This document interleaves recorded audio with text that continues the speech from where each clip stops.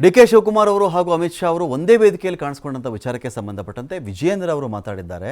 ನೋಡಿ, ಶಿವರಾತ್ರಿ ಪ್ರಯುಕ್ತ ಒಂದೇ ವೇದಿಕೆಯಲ್ಲಿ ಇವರಿಬ್ಬರೂ ನಾಯಕರು ಕಾಣಿಸ್ಕೊಂಡಿದ್ದಾರೆ ಅಷ್ಟೇ. ಏನೀಗ ಒಂದೇ ವೇದಿಕೆಯಲ್ಲಿ ಕಾಣಿಸ್ಕೊಂಡ ಮಾತ್ರಕ್ಕೆ, ಪಕ್ಕದಲ್ಲಿ ಕೂತ್ಕೊಂಡ ಮಾತ್ರಕ್ಕೆ ಅವ್ರು BJPಗೆ ಬಂದುಬಿಡ್ತಾರೆ ಎನ್ನುವ ಮಾತುಗಳಲ್ಲಿ ಯಾವುದೇ ಥರ ಅರ್ಥ ಇಲ್ಲ ಅಂತ ಹಾಸನದಲ್ಲಿಯೇ BJP ರಾಜ್ಯಾಧ್ಯಕ್ಷ ವಿ ವಿಜಯೇಂದ್ರ ಅವರು ಹೇಳಿಕೆಯನ್ನು ಕೊಟ್ಟಿದ್ದಾರೆ. ಹೆಚ್ಚು ಬಜೆಟ್ ಮಂಡಿಸಿರ್ತಕ್ಕಂಥ ಸಿದ್ದರಾಮಯ್ಯನವರು ಅನುದಾನ ಬಿಡುಗಡೆ ಮಾಡಲಿ, ಮೊದಲು ದೊಡ್ಡ ಬಜೆಟ್ ಅಂತ ಹೇಳ್ತಾ ಇದ್ದಾರಲ್ಲ, ಮೊದಲು ಅನುದಾನ ಬಿಡುಗಡೆ ಆಗಲಿ, ಎಲ್ಲ ಕ್ಷೇತ್ರಗಳಿಗೆ ಅನುದಾನ ಬಿಡುಗಡೆ ಮಾಡಲಿ ಇವರು ಅಂತ ಹೇಳಿ ವಿಜಯೇಂದ್ರ ಅವರು ಮಾತಾಡಿದ್ದಾರೆ. ಅವ್ರು ಯಾವ ಅರ್ಥದಲ್ಲಿ ಹೇಳಿದಾರೋ ನೀವು ಅವ್ರನ್ನೇ ಪ್ರಶ್ನೆ ಮಾಡಿ. ಆದ್ರೆ ಒಂದು ಕಡೆ ಕಾಂಗ್ರೆಸ್ ಸರ್ಕಾರ ಎಲ್ಲಿದೆ, ಒಂದ್ ರೀತಿ ತಾಲಿಬಾನ್ ಸರ್ಕಾರ.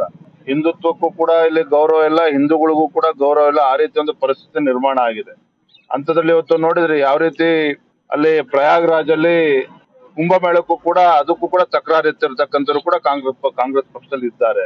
ಇದ್ರ ಮಧ್ಯೆ ಡಿ.ಕೆ. ಶಿವಕುಮಾರ್ ಅವರು ಸಹ ಕುಂಭಮೇಳಕ್ಕೆ ಹೋಗಿ ಬಂದಿದ್ದಾರೆ ಕುಟುಂಬ ಸಮೇತ. ಅಂದ್ರೆ ಹಿಂದುತ್ವ ಏನ್ ನಮ್ಮ ಪ್ರಾಚೀನ ನಮ್ಮ ಒಂದು ಕಲ್ಪನೆ ಆಧಾರವಾಗಿ ಹೋಗಿ ಬಂದಿರೋ ನನ್ನ ಭಾವನೆ. ಆದ್ರೆ ಇದ್ರ ಬಗ್ಗೆ ನಾ ಹೆಚ್ಚು ಇನ್ನೇನು ಹೇಳೋದಕ್ಕೆ ಸಾಧ್ಯ ಇಲ್ಲ.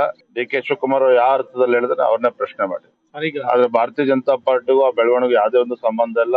ವಿಶೇಷವಾಗಿ ಮೊನ್ನೆ ಈಶಾ ಫೌಂಡೇಶನ್ ಶಿವರಾತ್ರಿ ಸಂದರ್ಭದಲ್ಲಿ ಮೊನ್ನೆ ಗೃಹ ಸಚಿವರಿದ್ದಂತ ಒಂದು ಕಾರ್ಯಕ್ರಮದಲ್ಲಿ ಅವರು ಕೂಡ ಭಾಗವಹಿಸಿದ್ರು. ಹಾಗಾಗಿ ನಾನಾ ರೀತಿ ಚರ್ಚೆಗಳು ನಡೀತಾ ಇದೆ, ಅದು ಯಾವುದಕ್ಕೂ ಕೂಡ ಸತ್ಯ ಇಲ್ಲ.